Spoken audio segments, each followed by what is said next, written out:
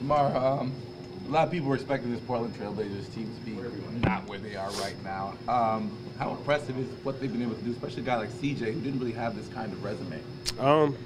It's definitely amazing. You know, it just show you in this league you can't count nobody out, no team out. You know, and predictions and expectations really don't mean nothing in the beginning of the season because you're not sure what guys are capable of doing. And just because you don't have a big name don't mean you're not capable of winning games. And, you know, that team over there definitely proving it. So you're looking forward to the backcourt matchup with you, Kyle, and Damian and CJ? I mean, it's always fun, you know, when you get in the category to have, you know, something like that, you know, having a backcourt, you know, whatever you want to call it. It's definitely fun just to go out there and compete with guys that you know that's playing at a high level. Lillard said you guys are really close. Can you maybe describe how that relationship started? I think it started, you know, once he got drafted. You know, the same guy that been training me my whole career trains him as well. You know, we have the same agent, and you know, ever since he got drafted, you know, we just gained a bond. You know, ever since then, you know, I go to Oakland and work out with him every summer, and you know, so it's a lot. You know, I never really speak on, but you know, me and him definitely close. Are you talking about Phil Beckner? The guy that trains him? Phil? No, it's Chris Farr's other trainer. So, you know, we always talk. You know, so definitely got a good relationship with him. What is it about him that makes it so you guys connected, you think?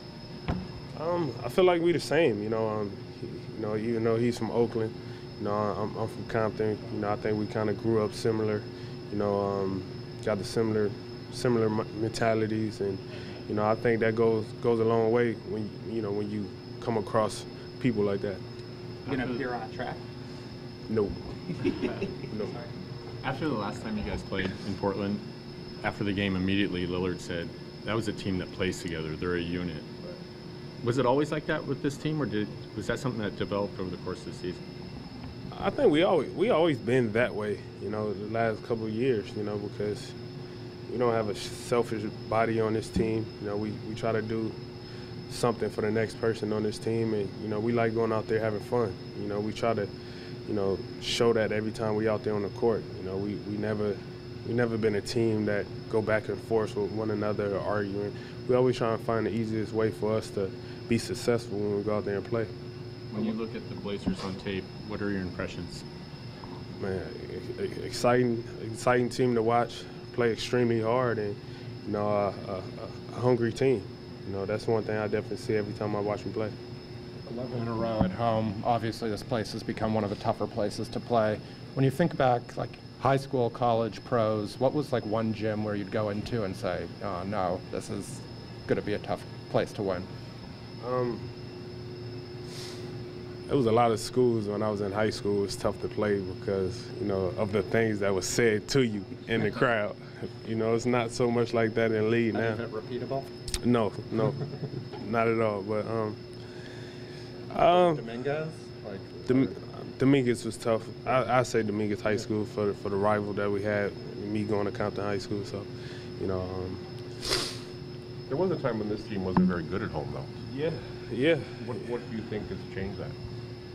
I think just the whole culture, you know, of us, you know, and I remember how I felt when teams used to come in here, you know, just, you know, knowing it was going to be a cakewalk, so to speak, and, you know, with that, you know, I think a lot have to start with me and a lot of guys that was here through that whole process, and knowing that, you know, that's a terrible feeling to have, and you know, you try to do everything you can to change that culture, you know, of that surrounding, and I think we've done that. You know, the coaching staff has done that, and the organization has done that.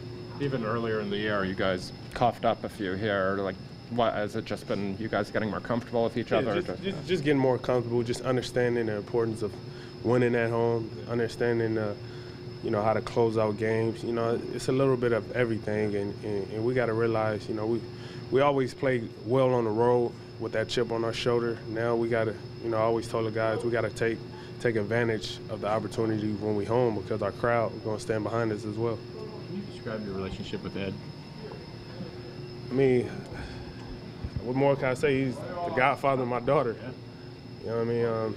That says a lot. He probably, you know, one of my closest friends, you know, you know, probably hands down, you know, my best friend, you know, that I have since we was young, way before we even thought about going to the NBA. And, you know, I think it just speaks volumes for him to be, you know, my daughter's godfather. So. How'd you guys meet? He's in Virginia, you're in Cali. Camps. Nike camps, you know, coming up. We was McDonald's All-American together, played in Jordan brand games, everything you could think of in the summertime, we was always together, and we always had that you know, that great chemistry of knowing one another. So You think with that it's just a matter of finding a spot? Yeah, that's all. It's just a matter of finding a spot because, you know, he gonna do what he know how to do. You know, he never gonna step out his lane or try to do something extra. He gonna go out there, play extremely hard for you, rebound, block shots, and, you know, just find his niche. Is that a player learning to be a professional? Yeah, and I think he learned that being on a couple teams now. You know, I think he's one of them guys that's a veteran now and definitely a professional and understanding, you know, his role on the team. That day in Atlanta when he got traded, he says that's probably the last time he's cried. Right. I imagine that was a hard day for you as well. It was tough. Yeah, I mean, I remember going over on the bus. He was sitting in front of me. You know, he told me the news, and, you know, it was, you know, it sucks. You know, when you see a close friend like that get traded, and, you know, not even just that. He was playing his best basketball that he was playing, you know, at that time. And, you know, it always sucks to see that happen because you're not sure how, you know, the rest of the way will go for him and everything. So, you know, I always try to be that one person that, you know, whatever he needed, you know, if it was conversation, whatever it may be, you know, I always just try to be there for him. But, you know, like I said, I'm happy for him, the way, you know, how far he came, and, you know, it's a lot more positive to come from him, for him.